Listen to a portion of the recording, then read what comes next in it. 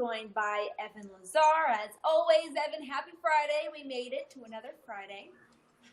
I know, it's good Friday today too, Sierra. The Patriots finally getting into some football activities on the practice field. Obviously close to the media so far, but Monday's the big day. That's when the pads go on and camp really starts. That's the official beginning of training camp, truly. When the pads go on, the contact begins, and we can actually start evaluating these guys and stop talking about these guys. We've been talking about them for months and months and months, the hypotheticals, all that kind of stuff, and finally we can have real conversations about football. We heard from a couple of Patriots again today. Bill Belichick this morning, Jason McCourty, then John Simon this afternoon after practice. As always, drop your questions anywhere you see us live, on YouTube, on Twitter. We'll get to them all. I'm going to start with one that we got on Twitter earlier about Bill Belichick's press conference this morning. It says, Belichick said there will be movement in terms of personnel. What do you think he meant by that in terms of signing or moving within position groups with the players they already have? I'm sure it's a little bit of both. It's always a fluid situation with the roster, right? You never really are set at any point, I would say, in the season until maybe post-Thanksgiving. That's when the roster definitely the movement stops a little bit, other than injuries and stuff like that. You don't get a ton of, obviously the trade deadline's passed and you don't get a ton of kind of signings or movements. But I think that they have 4 open roster spots, and the way that Belichick made it sound was like by Monday, I think they're hopeful that they won't have 4 open roster spots anymore. I don't know how many they're going to fill. Sometimes the Patriots do like to be one man short of that limit to have some flexibility to add a guy or subtract a guy or do what they want. So they might keep it around 78 or 79 players, but based off of Belichick's comments, it sounds like they do have some signings in mind to fill out the rest of the spots there.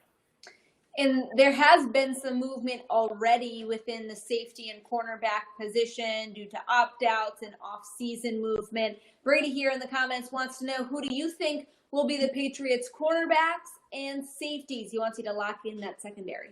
Okay, well, it depends on, let's assume they're in nickel, right? So they got 5 DBs out there. So I think the 3 top corners are still probably going to be Stephon Gilmore, J.C. Jackson, and Jonathan Jones. The safeties gets a little bit more interesting. Do you want to play 4 corners? Maybe the Patriots do feel that getting Jason McCourty on the field might be more productive for them than playing an Adrian Phillips or playing a Terrence Brooks. We obviously know Devin McCourty is going to be back there. So that second safety spot, I'm really interested to see what they exactly do with that spot, because they do have so many versatile defensive backs there that can do everything, right? They can play corner, they can play in the slot, they can play back end.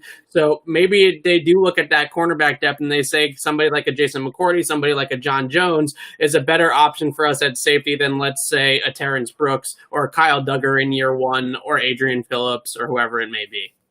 You asked Bill Belichick this morning about Kyle Duggar and what he's seen, and he went on this whole comparison. Was not expecting that. To the ocean and turbulent waters and rough seas, and it was a very in-depth answer. Didn't really tell us anything about Kyle Duggar, but pretty much just said that these rookies have it really tough this year with the limited offseason and preseason programs, and that they're just kind of thrown into the turbulent waters and it's going to get rougher, is what he said. But they're a working group of guys. Our friend here in the comments says, do you think Josh Uche and Duggar will have roles this year, considering how tough it is for them to get up to speed?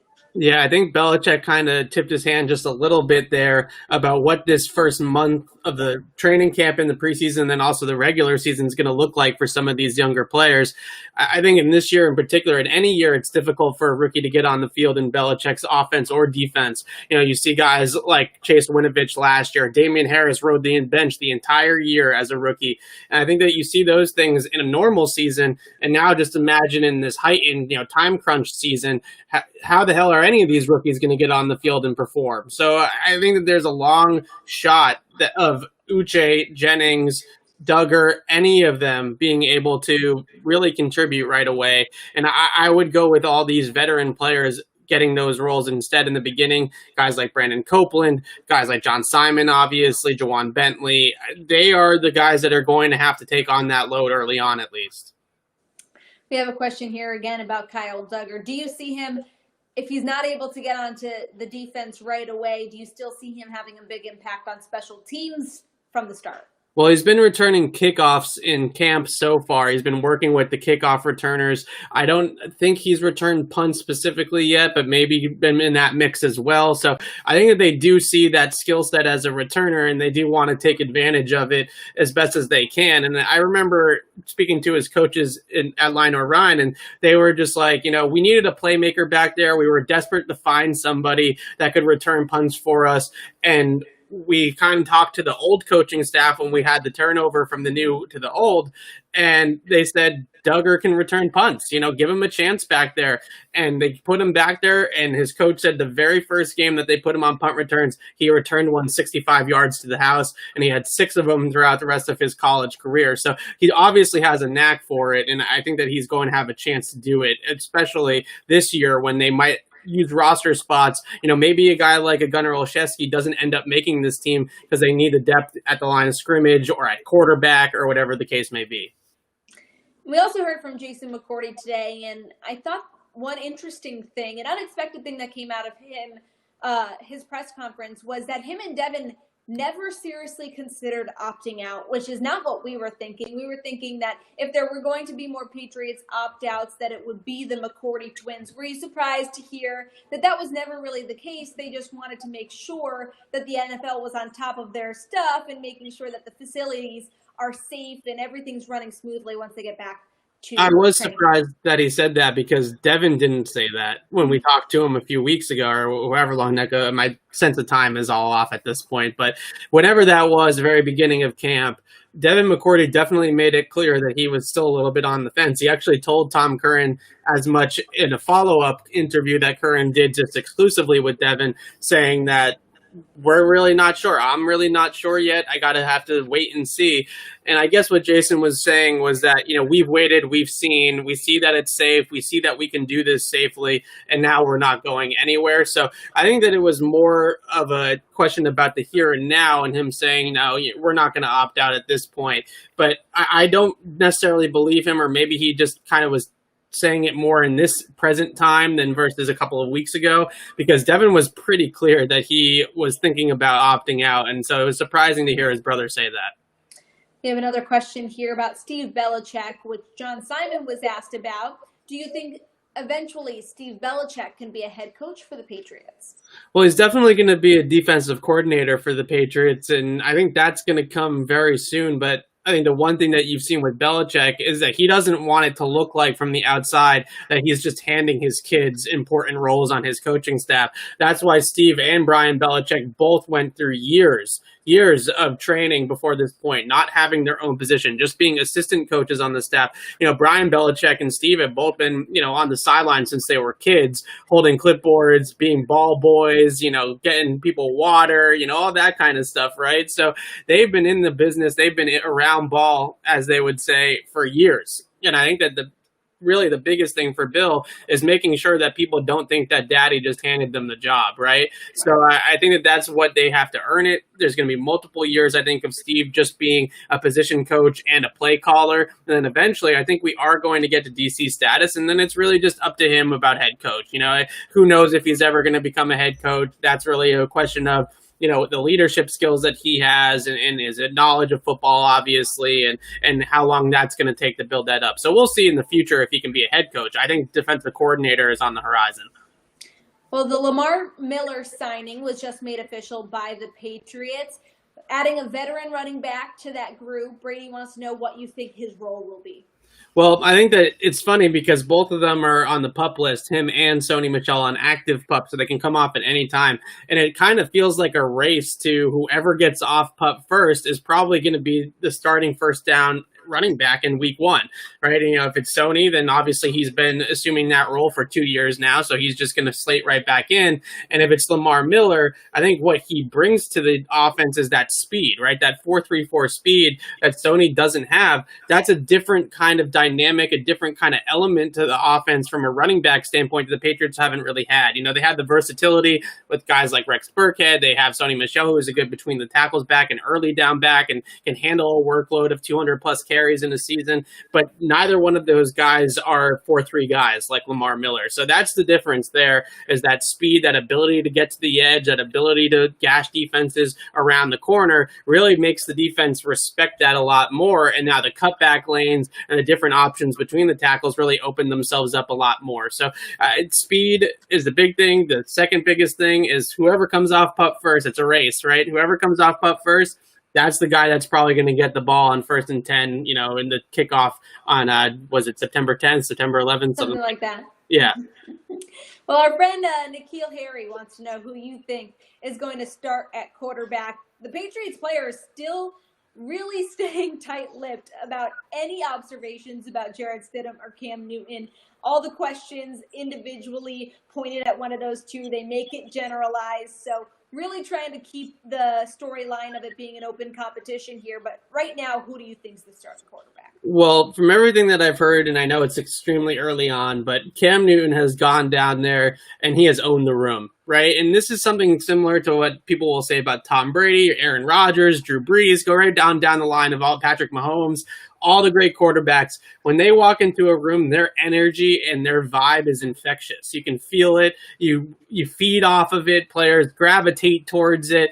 And, that's really, Bill Parcells used to call them planet players. And he used to call them planet players because first of all, they're one of a kind, right? There are not that many planets out there. Second of all, it's because the gravity that they have towards the rest of the players on the roster, it's infectious. I think that's what you've seen with Cam Newton so far. That's not to say that Jarrett Stidham's not talented or Jarrett Stidham doesn't have a chance in the competition, but Cam conducts himself like QB1. He looks like the starter. He acts like the starter. He has the mojo of the starter. And I think that's really telling in a lot of cases. And I still think it's going to be Cam for a lot of other different reasons, schematic reasons, football reasons. But I think when you see that and you hear that from people that he has really owned that room and he's really earned the trust already and earned the kind of confidence already from the rest of his teammates, that's starting quarterback stuff right there.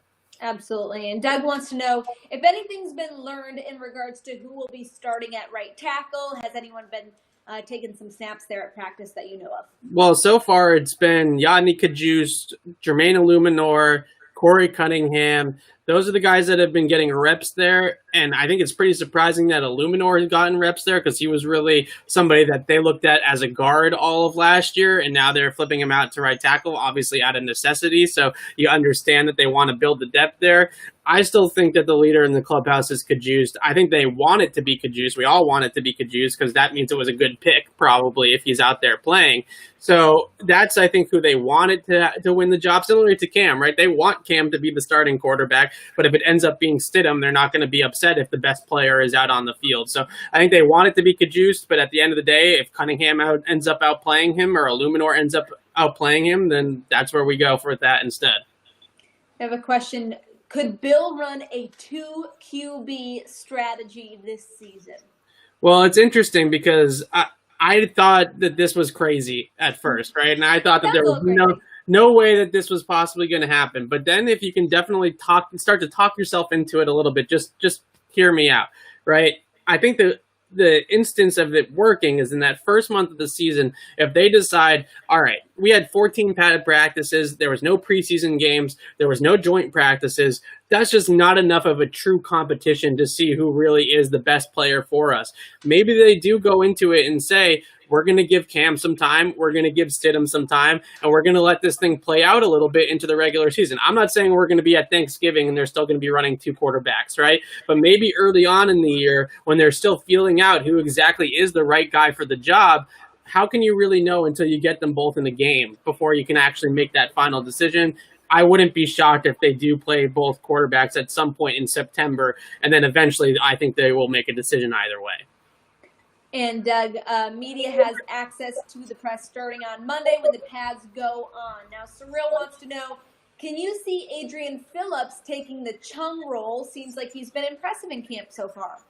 Yeah, definitely. I think that this is one of the more underrated signings for sure for the Patriots. And Adrian Phillips is one of those guys that doesn't get a lot of pub, doesn't get a lot of love from people on the outside. But when people in the inside on his teams, the Chargers, for instance, his last team, they speak extremely highly of this guy, of his intelligence, of his football IQ, his ability to play multiple spots in the defense. He was actually a defensive play caller for the Chargers for a while, so that just kind of tells you what he has between the ears. And then he's also a very versatile player and has sort of that Chung body type and that Chung endurance and the ability to play both in the slot or in the box as a kind of a pseudo linebacker or safety. And I think that that's sort of where they see Adrian Phillips going as well. So I think that he definitely has a chance to take on a lot of the workload that Chung left behind, especially if Duggar is a little bit, kind of getting used to the NFL still.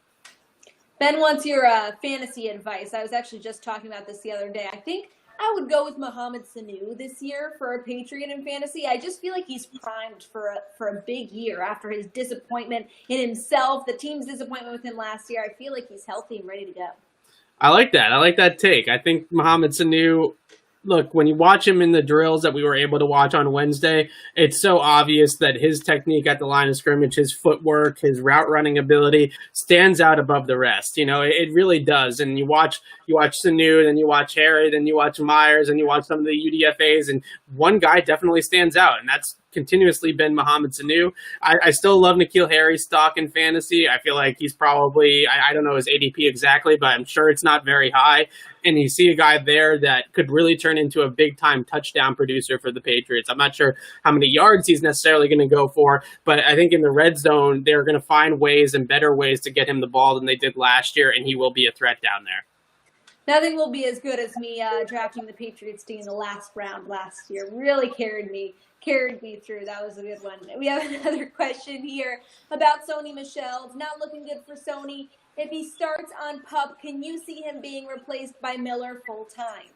The reason why I can is kind of what my first answer was it depends on kind of what kind of offense they want to be. If they sort of develop into a very zone-heavy rushing attack, then you do want that running back with that extra little burst, that extra speed that Lamar Miller does have. I think that if you watch the Houston Texans offense last year and you see some of the things that they would do with Miller and Deshaun Watson in the backfield together, not just the zone read elements, not just the those types of quarterback option plays, but also the under center stuff as well. Being a wide zone under center team with bootleg action to hold the backside of the defense with the quarterback being able to run the football, that I think is a lot more conducive to Lamar Miller's style of running, where he can get to that edge. He does have that speed to turn the corner, whereas with Sony, we know it's a little bit more of a slower operation. So I think if you're looking for a guy that's going to run a little bit east-west in the zone running scheme and then get north and south, you definitely need some speed, whereas with Sony, he's more of a gap runner guy that's just going to go right up the field and be north-south all the time. So I think that if they want to be that kind of offense, then maybe it is Lamar Miller and not Sony. And more logistical questions about Sony. Doug wants to know if players on PUP show up at practice, what do they do and how are they evaluated by the coaching staff? So on active PUP, they're allowed to show up at practice. They obviously can't be in pads. They can't participate, but they can watch. So a lot of what happens at practice with those guys is mental reps, right? They'll stand right behind the player that's in their spot. So Sony might be standing right behind Damian Harris, for instance, right? And he's going to watch the play unfold. And in his head, he was going to go through it and say, this is what I would do. That's what I would do here. This is what I would do there, and kind of go through the mental process of the rep. So it's a lot of it is mental work right now. Obviously, they have the rehab work too that happens mostly after practice, where they'll go ahead and they'll rehab their injury and they'll do their conditioning and all that kind of stuff to stay up to sort of 100% in that regard. But in terms of mental reps, it can be important. Isaiah Wynn talked about it a little bit when he went through his injury issues of just watching the other tackles, watching Marcus Cannon, watching Marshall Newhouse, watching Trent Brown in his rookie season, and learning a lot from those guys just based off of being able to see it from a different perspective, not being out there and actually just being able to go through it in your brain. I think it is helpful for some players. That's for sure.